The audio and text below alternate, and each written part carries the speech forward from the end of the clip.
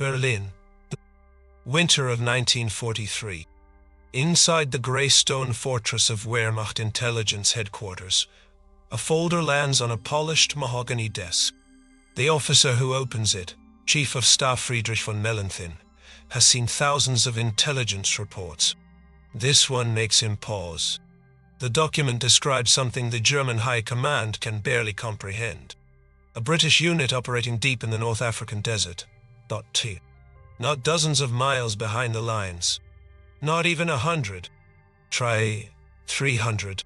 Sometimes 400 miles into territory the Axis power is considered absolutely secure.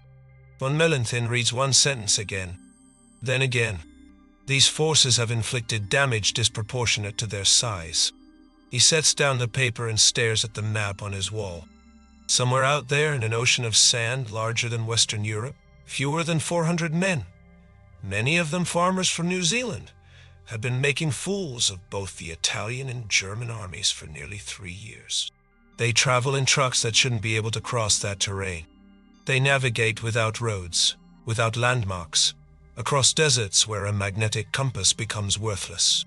They appear behind airfields like phantoms, destroy dozens of aircraft in minutes, then vanish back into the wasteland. The Italians call them ghosts from a fourth dimension. Field Marshal Erwin Rommel, the Desert Fox himself, would later admit they caused more damage than any British unit of comparable strength in the entire North African campaign. The Germans were so concerned, they created their own version of the unit. They hunted these desert raiders with specialized brigades. They recruited one of the world's greatest desert explorers specifically to counter them. None of it worked. This is the story of the Long-Range Desert Group, a unit that shouldn't have existed, that fought a war most people didn't know was happening, that pioneered techniques modern special forces still use today. And it all began with one man's crazy idea, and some farmers who knew how to fix tractors. In 1940.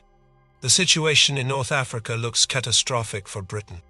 Italy has just entered the war on Germany's side, and in North Africa, the numbers tell a terrifying story. The Italian 10th Army in Libya, 236,000 soldiers, roughly 1,800 aircraft. Fortress positions, established supply lines. The British Western Desert Force in Egypt, 36,000 men, about 200 aircraft, a defensive line stretched impossibly thin along 800 miles of coastline. For British commanders in Cairo, the mathematics are simple and brutal. The Italians can concentrate overwhelming force at any point along that line. British forces can't possibly defend everywhere at once. What Britain needs, desperately, is intelligence. Real intelligence, not guesswork from aerial reconnaissance, not intercepted radio messages that arrive too late to matter. They need to know where Italian forces are concentrating, what units, how many tanks, which direction they're moving. And they need to know it continuously, reliably, before those forces strike. The problem is straightforward. No such intelligence capability exists. Traditional reconnaissance aircraft can photograph the coastal road, but they can't loiter for hours, can't count individual vehicles, can't read unit insignia, and they certainly can't see what's happening 200 miles inland, where the Italians are massing forces in what they consider total security, sending agents behind enemy lines, into a desert where a man without water dies in days, where there's no civilian population to blend into, where a single truck track in the sand can be followed for miles. Suicide. The conventional military wisdom is clear. The deep desert is impassable to military operations.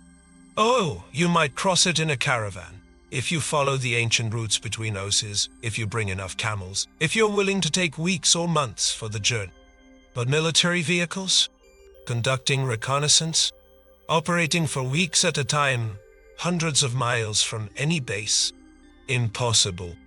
That word, impossible, is about to lose all meaning. Because walking into General Archibald Wavell's headquarters in Cairo that June is a 53-year-old Royal Signals officer named Ralph Alger Bagnall. And Bagnold has spent the last decade proving that everything the military thinks about desert travel is completely wrong. Ralph Bagnold is not your typical British Army officer. Yes, he went to the right schools. Yes, he served in the Royal Engineers during the First World War. But something about the desert captured him in a way that never let go.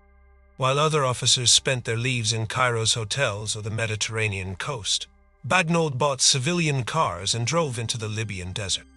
Not on military exercises, for pleasure, for science, for the pure intellectual challenge of it. He explored regions the Italian army, which had controlled Libya since the 1920s, avoided entirely. He crossed sand seas the Italians bypassed. He drove Model T Fords across terrain where Italian officers insisted only camels could travel. And he did something unusual for an amateur explorer. He approached the desert as an engineering problem. Why did vehicles bog down in soft sand? Physics, weight distribution, tire pressure, momentum. How do you navigate when there are no landmarks and magnetic compasses malfunction due to iron ore deposits? Astronomy. The sun's position changes predictably throughout the day. Calculate the azimuth. Track it continuously. Problem solved. How do you prevent vehicle engines from overheating when ambient temperatures reach 140 degrees Fahrenheit? Thermodynamics. Capture the steam. Condense it. Recycle the water back into the cooling system. Bagnold didn't just explore the desert, he systematized it. He turned what seemed like mystical knowledge, how Bedouin tribes crossed the sands, into reproducible scientific technique. By 1940, he has written the authoritative book on desert travel. He's a fellow of the Royal Geographical Society. He's mapped regions no European had accurately charted before. And when Italy enters the war, Bagnold realizes something the British High Command hasn't grasped yet. The desert isn't a barrier. It's an opportunity. His proposal to General Wavell is elegantly simple. Give me trucks. Give me volunteers. Give me 6 weeks. I'll create a unit that can operate behind Italian lines indefinitely. We'll watch their movements, count their tanks, report their positions, and when opportunities arise, we'll hit them where they think they're safe. Wavell, to his eternal credit, listens for 10 minutes and approves the plan immediately. The Long-Range Desert Group is officially born on July 3, 1940. Now Bagnold faces the harder challenge, making it work.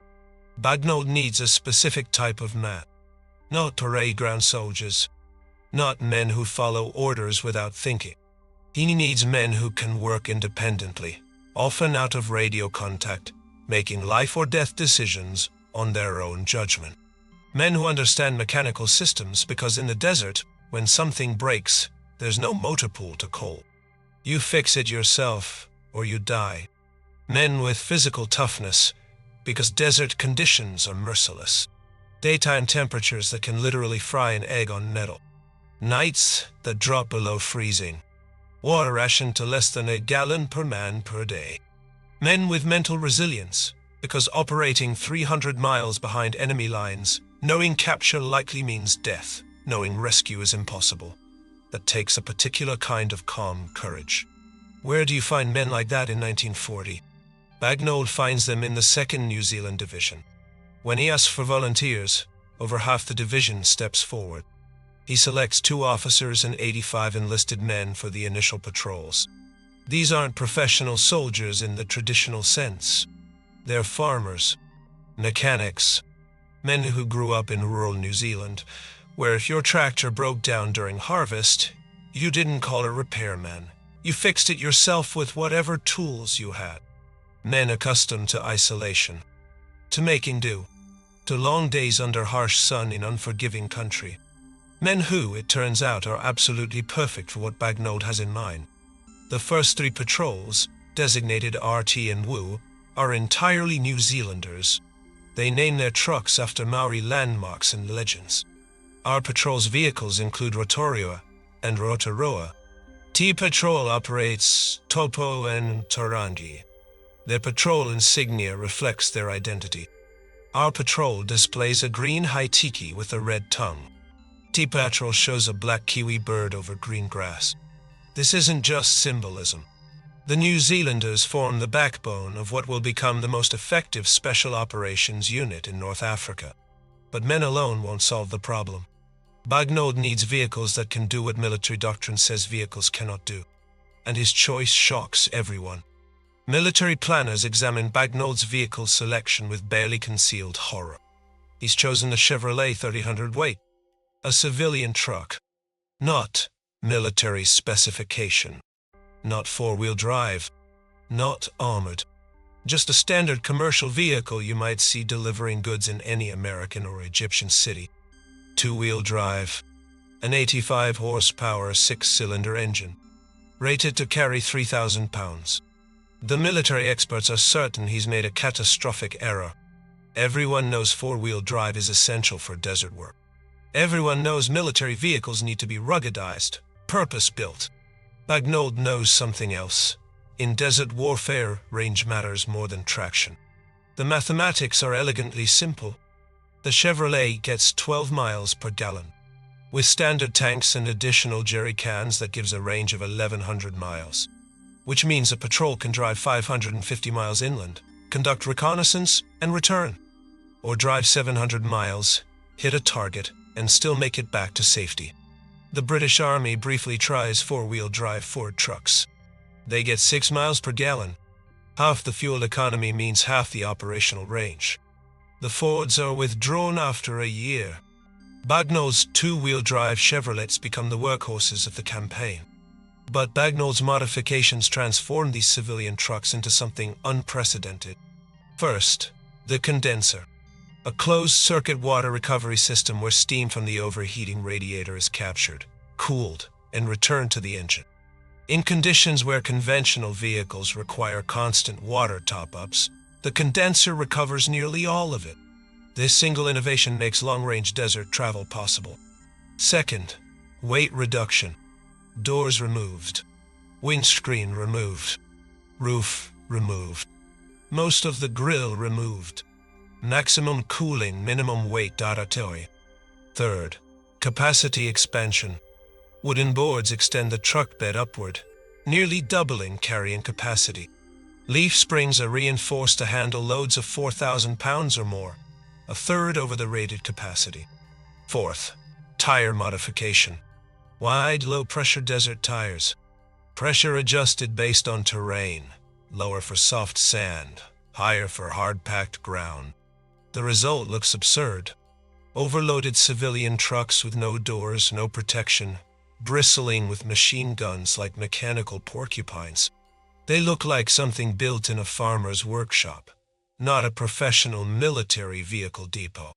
They work perfectly. Each truck carries enough firepower to take on a company. Lewis guns and Vickers K machine guns in multiple mountings. A boy's anti-tank rifle, nicknamed Charlie the Bastard for its brutal recoil. Captured Italian 20mm Breda autocannons for anti-aircraft work.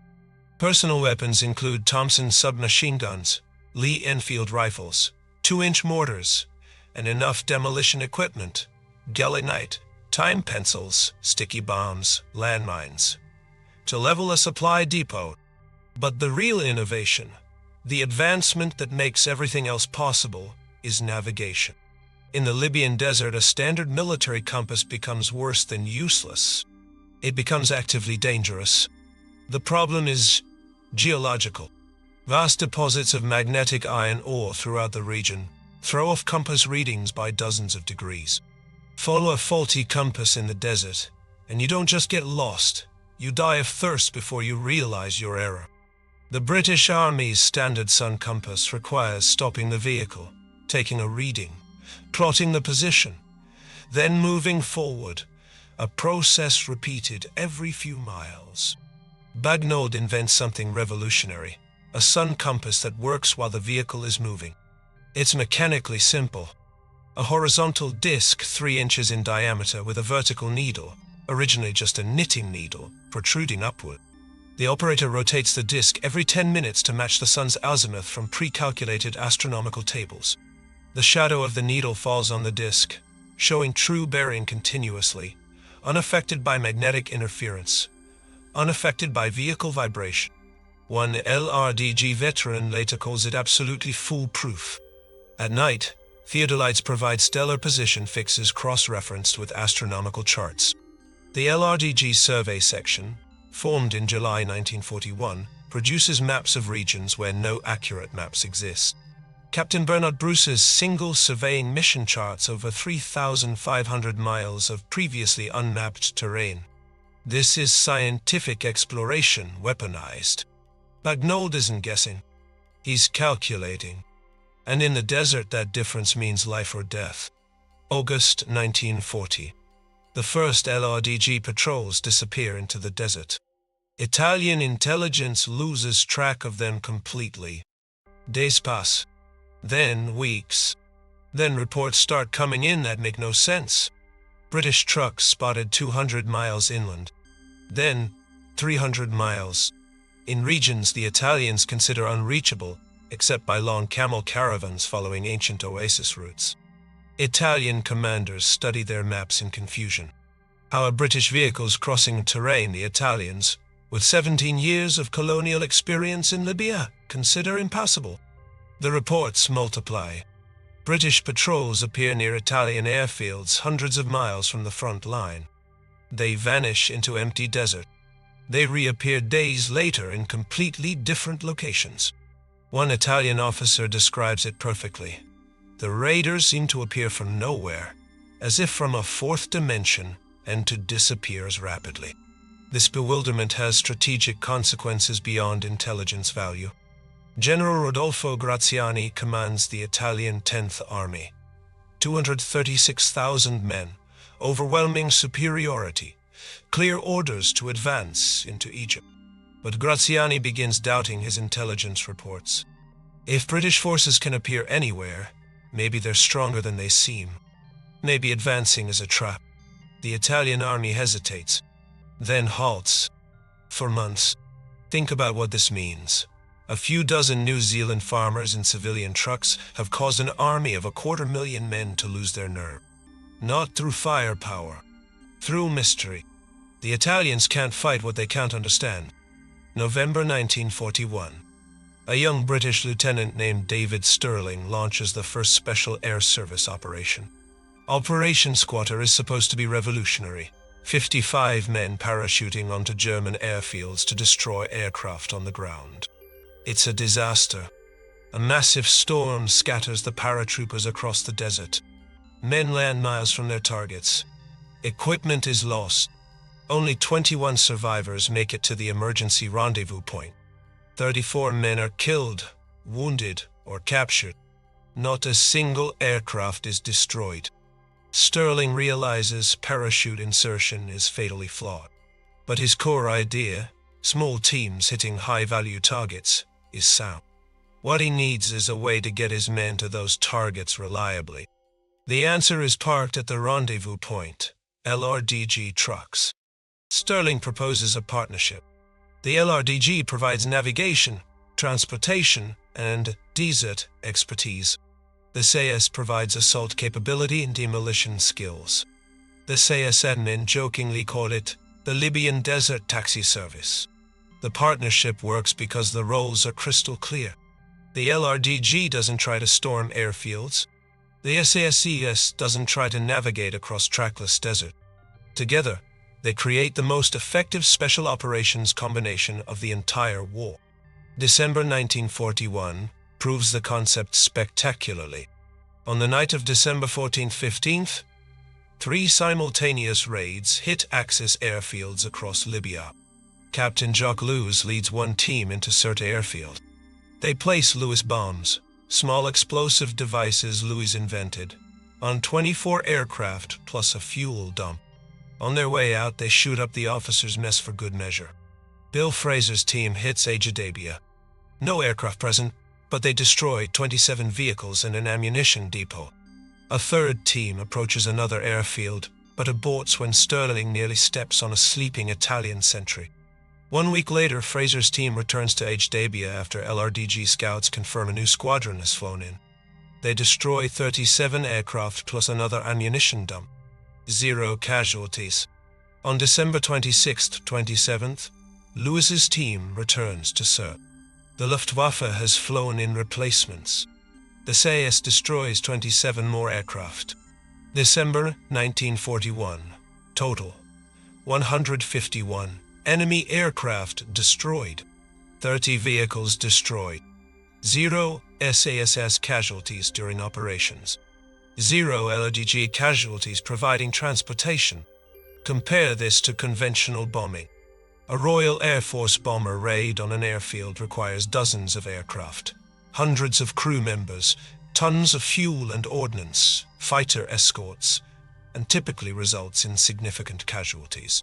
Success rates vary wildly.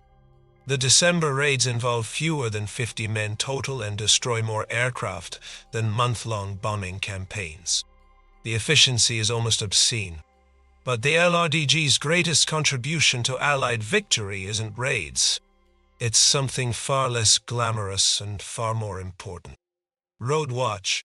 From March to July 1942, LRDG patrols conduct covert observation of the Via Balbia, the main coastal road connecting Tripoli to Benghazi.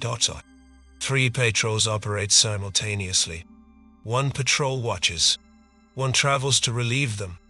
1 returns to base. The watch positions sit approximately 350 yards from the road during daylight, close enough to identify vehicles through binoculars, far enough to avoid detection. At night, they move to within 30 yards. 2-man teams rotate daily. They record every vehicle that passes. Tank types, truck models, unit insignia, direction of travel. Using identification binders with silhouette profiles, they can distinguish a Panzer III from a Panzer IV at distance. Major troop movements or tank concentrations are radioed immediately to General Headquarters in Cairo. This continues for 4.5 months. Not 4.5 days. 4.5 months. The intelligence confirms German Afrika Korps strength before the Second Battle of El Alamein. General Bernard Montgomery later states that without LRDG reconnaissance probing the Mareth Line, his attack would have been a leap in the dark. In January 1943, an LRDG patrol becomes the first British 8th Army troops to enter Tunisia. They discover an uncharted mountain pass, the Wilder's Gap, that enables the New Zealand Division's flanking attack, which breaks the Mareth Line defenses. Think about the operational mathematics here. A conventional intelligence network in occupied territory requires agents, radio operators, safe houses, complex communication systems, and constant risk of exposure through betrayal. Roadwatch requires 10 men, 2 trucks, a radio, and patience. It provides more accurate intelligence than aerial reconnaissance. It operates continuously for 19 weeks without a single casualty. And it directly enables Montgomery's decisive victory at El Alamein, the turning point of the North African campaign. 0 casualties during the most important intelligence operation of the Desert War. That's not luck. That's excellence. The Germans arrive in North Africa in February 1941 and immediately recognize what they're facing. Unlike the Italians, German intelligence doesn't dismiss the LRDG as confused wanderers. Their assessment is clinical and accurate. The long-range desert group plays an extremely important part in enemy sabotage operations. Recognition leads to countermeasures. The Germans form Sonderverband 288 specifically to operate behind Allied lines, though it never achieves its intended role. They deploy Ranki Parachute Brigade in July 1942, with orders to counter the numerous desert raiders, SALRG, etc. Most tellingly, they recruit Count Laszlo Almasi, a Hungarian explorer and pre-war colleague of Bagnold's. Almasi is one of perhaps 5 men alive who know the Libyan desert as well as Bagnold does. Almasi leads Sonderkommando Almasi, the German equivalent of the LRDG. His Operation Salem in 1942 achieves a remarkable round trip of over 4,000 kilometers, infiltrating agents into Cairo by driving around British-held Kufra Oasis using Almazy's pre-war maps. The agents are quickly captured, but the operation demonstrates that the Germans understand LRDG-style deep desert penetration requires specialized expertise. They don't dismiss the LRDG. They create their own version. That's respect. Field Marshal Erwin Rommel's post-war assessment is direct and unambiguous. They caused us more damage than any other British unit of equal strength. When your enemy forms specialized units specifically to counter you, when they recruit world-class experts to replicate your methods, when their field marshal admits you caused disproportionate damage, that's the ultimate professional acknowledgement. Let the record speak for itself. From December 1940 to November 1943, approximately 200 missions behind enemy lines. Maximum unit strength, never more than 350 men. During the North African campaign, 16 killed in action, 24 missing or captured. Average patrol, 2,000 miles over 3 weeks with 40 men in 10 vehicles. Maximum patrol distance, 4,500 miles.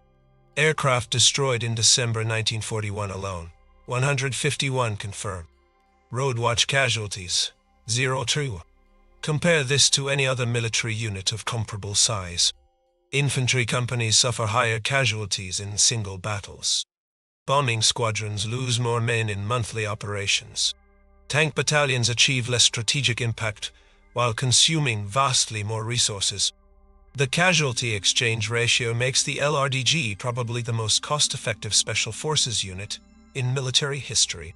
When the LRDG transfers to Mediterranean operations in late 1943, everything changes. The October raid on Leros kills 41 men in a single action. The November battle on Leros sees Commander Jake Easonsmith killed and approximately 50 captured. Within 1 month of leaving the desert, their natural environment, the LRDG suffers more casualties than the entire North African campaign.